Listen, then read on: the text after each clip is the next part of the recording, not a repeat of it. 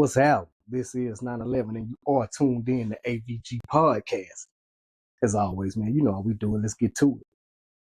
Speaking of getting to it, NBA playoffs have kicked off. Y'all know I'm a sports head. You know, I tapped in with y'all doing the NFL playoffs. So it's time now to do the NBA. See the matchups, what we think. We're going to come out this first round. So we're just going to go over a little NBA action today. I'm a day behind with it, but it's all good. Life be life. Let's start off with the Eastern Conference. So first off, I'm looking at the Cavs and the Heat. Now, the Cavs are one of those teams that have had one of the best records in the NBA all year, but they're not a sexy team to watch. You don't hear a lot of people talking about them. They don't get the pub. You know, they don't really get a lot of televised games. But Donovan Mitchell, he one of them. And he's one of the elite players that's in the league right now, one of the up-and-coming stars that you better show respect to, because when he's on the court, he a threat, and he don't back down from nobody. Now, his running mate, you got to go with Darius Garland, and then, you know, you got Jared Allen, hell of a defender, and he's been putting them numbers too this year. So they have a solid squad, but like I said, it's just one of those teams, I don't know, I don't feel like they get the credit that they deserve, especially with the record and the consistency they played with this year. So in that matchup, now, like I said, they're going up against the Heat. You got Tyler Hero, and the Heat just one of those teams. Eric Spoelstra as a coach, they scrappy. When they say the Heat culture or the Heat way, I mean, that's a real thing. They're not going to give you a game. You actually have to go in there and beat them. They're going to play hard. They're going to compete. Bam. You know, they're going to be competitive. And they're not going to let you just push them around.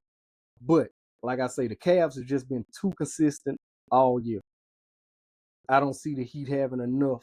You know what I'm saying? They don't just have that star power, that one superstar that can overcome, I think, a Donovan Mitchell, not in the series per se. One night or two, you know, scrappy, going through the conference, you might can catch them, but going through a whole series, I just don't think they have enough. I'm going to be honest with you. Now, the Celtics. We got the Celtics matching up with the Orlando Magic. Now, the Celtics are, to me, even though I think Cleveland has the better record, the Celtics are kind of one of those teams that were really head and shoulder above everybody that I've seen throughout the league as far as a complete team-wise, excuse me. But the Orlando Magic, I like Banchero. I like him. Solid cat. I saw Cole Anthony went off the other night. Now, if they can get some of that, they can make some games interesting, but just not enough on the roster to deal with the Boston Celtics. I mean, I'm going to just be honest with you. Because you got Porzingis, you got Jaylen Brown. I don't really know where he's at with his injury or you know, how healthy he is, but I know he is healthy enough to suit up. And you give me a 70, 80% Jaylen Brown, I'll take him over a lot of people in the league. With that Celtics and Orlando matchup, I think that's going to be a pretty, I don't want to say a sweep. Orlando might surprise me and get one, but I do think that will be a short series. I don't think that'll last too long. I think they're going to get them out of there so they can rest and let Jaylen get a little healthy. Now, the Knicks and Pistons. It's like throwback basketball here from the days of like Patrick Ewing, John Starks, those type cats. And you had Bad Boy, you know, the Pistons, they kind of remind you of the Bad Boys back when they had Joe Dumars and Isaiah Thomas and John Sally, Mark Aguirre. But it's a new era with these Pistons, but they are scrappy. They do have a nice roster, but I just don't see them having enough to compete with the New York Knicks. And Jalen Brunson, I know he's been kind of hurt. He's coming back off his injury, but Jalen Brunson is one of those guys that you better bring your hard hat when it's time to play Jalen Brunson. I know Big Perk called him Big Brother Brunson, but Jalen Brunson is a killer, man, and he backs down to nobody on the court. And he's a distributor. He's a scorer. He can set the table. He does everything the team needs. He plays good, winning basketball. Everywhere I've seen him go, even when he was here in Dallas, he makes a difference when he's on the court. Very impactful player. Now, the Pacers and the Bucks, I've already seen game one of that. Now, Dame Lillard is out, and he's, you know, still kind of trying to find his way back from the blood clots and stuff like that. That was a very serious situation he was going through. So I hope and pray that that young man is getting back to himself, being healthy first and foremost. And that'll be the tipping factor to me in this series because you got Halliburton and the squad, and Indiana, they legit. They legit. They play a nice physical brand of ball. They run up and down the court, got athletes, and they can put up points. They can defend. They're long. So that's an interesting matchup. But you do have the Greek freak that all he needs is a guy to come along with him. I forgot what he put up yesterday, but all he needs is a guy to come along with him and relieve a little bit of that pressure. And when Dame is Dame, I think we all know that when it's Dame time, it's money time.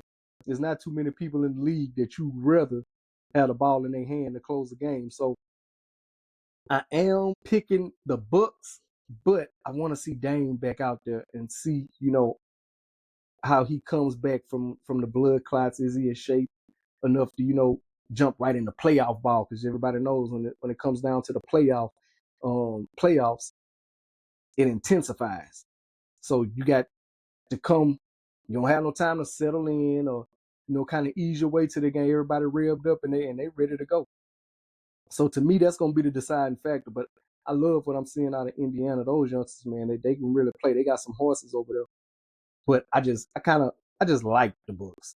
I will say that. I like Greek Freak. I like what he brings to the league that, they don't want to be everybody's friend per se and, train in the off season with him, how he want to keep his edge. I respect the way that young man goes about his competitive nature. And Dame, I thought that was the perfect mix up. It hadn't all the way came into fruition like I thought it was because I thought it would be Jill a little bit more being that Dame was an outside threat and Giannis is more of he's a hybrid. He's inside, 3-point line on down. He has developed a jumper. But I thought that linking up would be a little bit more dynamic. I'll say that. It hadn't all the way panned out. And I know Chris Middleton, he kind of never got right and, was on and off the court with injuries. So that did play a part in it. And, they got Bobby Portis. He another dog too. He might not give you the points you need every night, but he has that mindset that you need in the playoffs and enforcer, a defender, stretch the floor. He will hit timely baskets. So I'm going with the Bucks, but it wouldn't surprise me if the Pacers won. Now, I think a lot of people's eyes are on the Western Conference right now. They got a lot of good matchups. So let's start off with the Clippers and the Nuggets. And like I say, I've already seen one game, so some of my predictions are kind of tilted now because I've already been kind of strayed seeing some games. But I'm gonna try to be as just objective as I can. I'll say that. So let's start with the Nuggets and the Clippers. Now, this is an interesting matchup because to me, the 4 and the 5, that's always like a pick 'em. And Kawhi, he had been balling going towards the tail end of the year, coming back, getting, ready for the playoffs because he had been out for injury, of course. We all know Kawhi has his battles with staying on the court. But he had been coming back and he had been looking real good. He got James Harden running with him. Now, I don't know what y'all think about James Harden, but this is where I am. I call him the Wesley Snipes of basketball. He just pulled too many disappearing acts in big game situations, big series that it is inexplicable to me. With the skill set he has, the handle, inside, outside, the way he can draw fouls, just some of his disappearing acts has been I just don't understand. So to me, that series there, because you're going against the Joker and another guy that, had his injury issue, Jamal Murray, trying to stay on the court. Jamal Murray, he's going to be the X factor if he comes out and really be who he is like he was in the bubble that year. Like he hit some shots that I was like, how did he even get that off? And every night he was dropping, looked like 30, 40. And they just had no answer for him because you know what the Joker going to do. I mean, that's a walking triple-double, MVP of the league, averaged a triple-double for the year. And so you know what you're going to get from him. Now, speaking of a wild card that you never know what you're going to get is Russell Westbrook. But Russell Westbrook is one of those guys, he going to give you everything he got in him. So the effort is going to be there. It's just sometimes what is that effort going to produce? And when you say triple-double, you can't say that because he's one of the few guys that have averaged a triple-double throughout the course of a year, like Joker, Oscar Robertson. So we know what Westbrook motor is. Some of his shot selection, some of his passing or turnovers, that can become a problem, but you know that he's going to give you maximum effort. And Aaron Gordon, that's another one. He's had a career year, and I know he's battled a lot. He recently lost his brother in a car accident, so condolences and prayers for his family and him for going through that and still being able to maintain and lock in and play a game. I mean, stuff like that, when you go through a loss of a family member, everything else seems so insignificant. And I'm sure, being that both of them were professional athletes, they trained a lot together, probably had a lot. And anybody that has a sibling, you know how it is when you have siblings, man. That's one of the closest bonds you'll have walking the earth. So just prayers up for Aaron Gordon, and I like to see him doing this thing. But for this series, I'm gonna go with the Nuggets. I'm gonna pick the Nuggets, man. I'm kind of on the fence because I'm seeing Kawhi kind of get back into Kawhi form, and you know nothing rattles Kawhi. He's like a machine out there. He's like the Terminator, blank face, up by 20, or down by 20. So I'm gonna pick the Nuggets in this one, but I'm not sold on it. I'll just say that Clippers do have a chance. Now, the Rockets and the Warriors. This is one of the series that really intrigued me. Because, for one, you have the coaching matchup. You have championship pedigree with Steve Kerr, but you got Ime Udoka, who's shown that basically he could have had a championship before he left Boston. But, you know, we ain't got to revisit everything that he went through on the way out for that before he got the Houston job. But Ime is a coach. And so he showed you he can do it with superstar elite athletes when he had Jason Tatum, Jaylen Brown. And now he's doing with another Jalen Green. And I seen one of the ways he deployed his defense on Steph, kind of, I think one of the last 2 or 3 games of the season, where he had Amen Thompson face guarding him. And I'm talking about when they would break the huddle, Amen waiting, face guard him the whole time.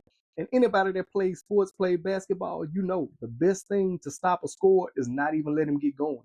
Don't even let him get rolling. Don't let him get the ball. Don't let him get in no groove and feeling the ball, dribbling and, you know, feeling good about themselves. Make them work for everything. And not to say Steph is not up for that, because as you know, outside of Reggie Miller and Rip Hamilton, Steph has carried the torch with that running around the court, coming off screens, picks, freeing himself up.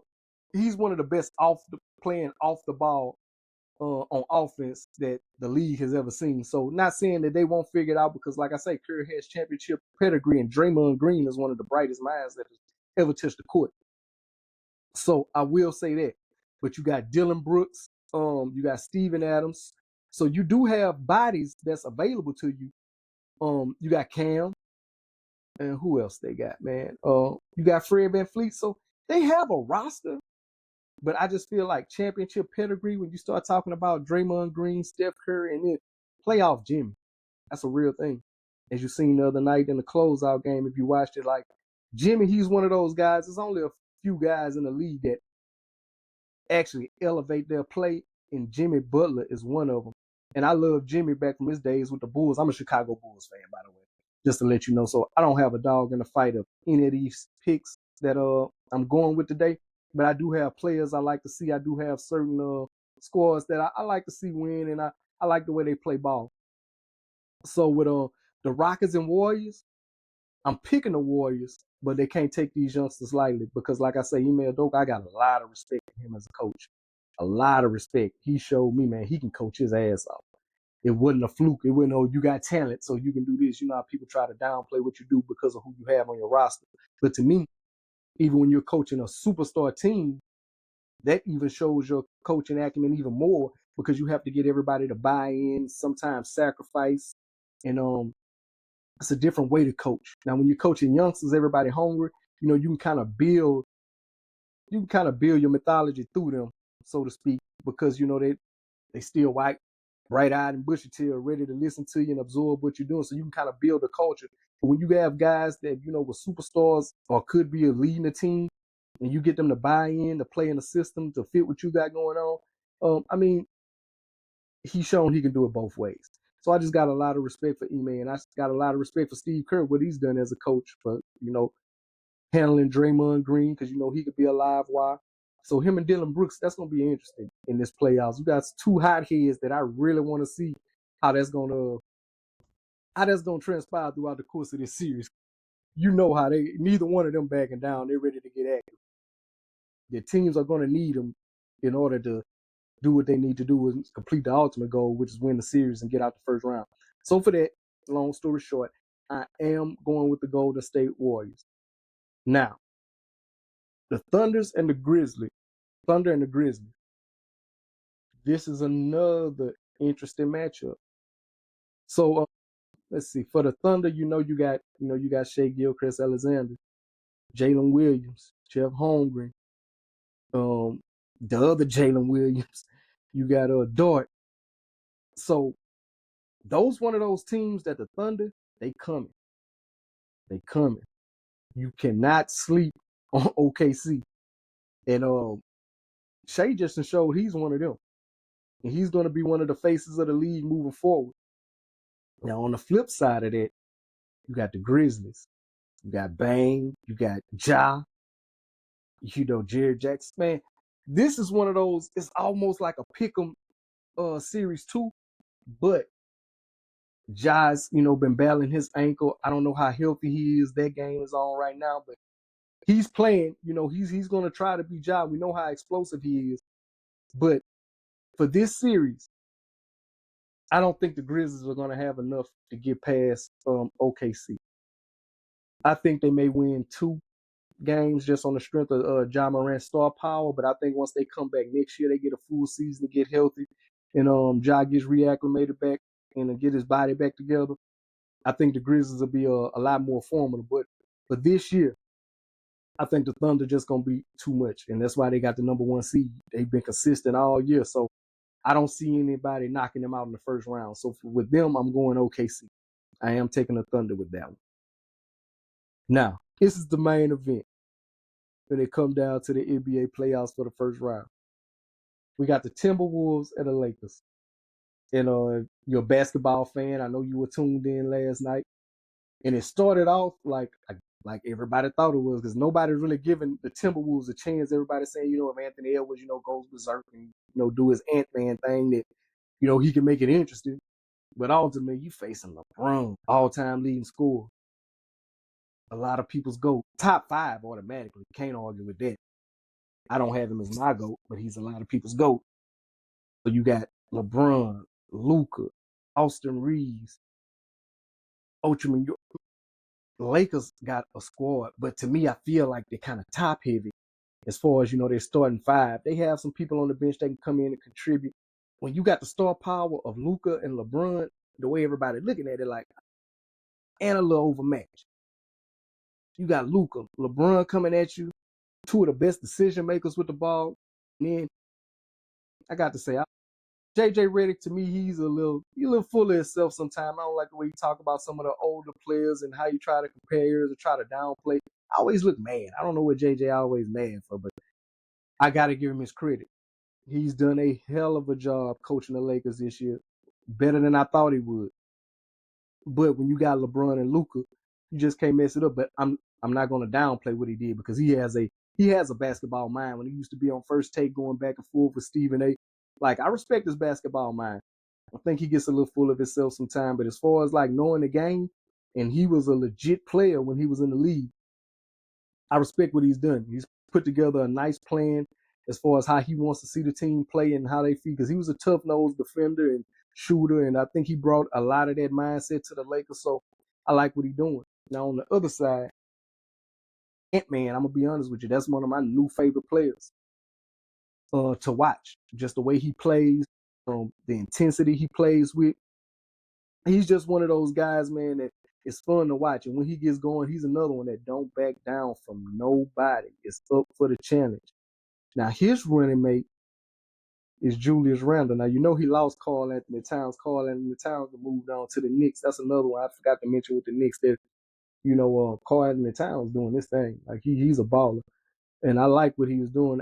I thought Minnesota was going to stay more intact and add a shooter with Cat and with Cat and I just said with Antman. I thought they were going to add a shooter, to kind of spread the court and let Ant do his thing. I thought they were going to go that route. So I didn't really. It surprised me to see them move on from Karl Anthony Towns. Not as surprising as the Lakers getting Luka. Let me say that, because who saw that coming in LA? But I saw a meme and say Julius Randle looked like he hooped with jeans on. Every time he do something crazy on the court now, like I can't get that out of my head because everybody probably around your way, man, from whatever neighborhood, whatever state you grew up. It was a cat probably used to come to the point. Everybody got on their athletic gear, hooping, doing their thing. This cat come out there in jeans or something. You like, man, what is you doing? You gonna take that off? You got shorts under that. He out there going hard, hooping in jeans. And so Julius Randle, you one of them cats, left hand, left dominant. He trying to go left. But he one of them cats that got one of them weird games, but he gonna play hard for you. He's not gonna cheat you with effort. But as far as his overall game, he can light you up for 30, and then sometimes he'll pull up and you'll be like, what was that play about? So I mean, with that series, it's kind of hard, even though I did see the Lakers get hugged out game 1. And I'm talking about hugged out. It's going to be kind of hard for me to bet against Luka and LeBron. I'm going to just be a realist. I'm pulling for Minnesota. I would love to see Minnesota upset this and really shake up that GOAT debate even more. Because if you got a MVP riding shotgun with you, a first-round exit would not look good on your resume. It would just not look good. I'll just say that. But realistically, looking at the rosters, looking what both teams have at their disposal, and I like Mike Conley at guard. A hell of a player for a long time. He was in Memphis for a long time doing this thing when it was the grindhouse with Zach Rudolph and all that. And he's always, when you say a game manager, you could say that in a bad way, a negative way maybe for football, but it's always been a hell of a game manager, quintessential point guard for me, as far as like distributing the ball, getting people in the right places, timely shots when he need to, defends his position. So I like Mike Conley, but the size and length of the Timberwolves, I think that even took the Lakers by surprise. You got Najee Reed, LSU cat. I'm from Louisiana. I'm always shout out my LSU boys. He came out there. I'm talking about dropping buckets. So I think the size of the Timberwolves kind of aggravated the Lakers. So I'm interested to see how the adjustment is going to be with that. LeBron and Luka, they're going to be LeBron and Luka. I know everybody, Shannon Sharp, Lakers in 5, and all that shit. Minnesota already stole 1. So 5 at this point is going to be a stretch. But like I said, I did this a day behind, so I don't want to jump on now and act like I'm picking the Timberwolves and all that, because before the series started, just off roster and what they have available to them, I will say I thought the Lakers had the edge. I still think they do as far as player for player, man for man on the roster. So I do think that now that I've seen the matchup, though, I do think that Minnesota maybe can push them to 7. I can see them squeezing 3 games out of this, because just like the Timberwolves may not have an answer defensively for LeBron and Luka every night, and especially when Austin Reeves on, they did a good job of containing him in the first game. But we all know when Luka or LeBron decides to take over a game, there's really not much you can do. But in that same breath, Anthony Edwards, when he decides to take over, it's just certain cats that's special. They just got that it factor. Even when they're playing the best people in the world, they show why they're even better than them. And for this generation, I think that's Anthony Edwards. So I do think, especially after stealing game 1, they can pull 2 more games out of this series and at least make the Lakers work. But overall, I will go for the Lakers. Not go for the Lakers, but I will pick the Lakers in this series. But I do think it's going 7. So that's my basketball breakdown, man. That's my take. That's what I think. Looking at the playoffs landscape right now for round 1. Y'all tap in. Y'all tell me what y'all think in the comments, man. And we'll see after this first round over with, out of who all I pick, who's still left standing, who advances. Always visualize your goals. And after that, accomplish those visualized goals. 9/11. Gone.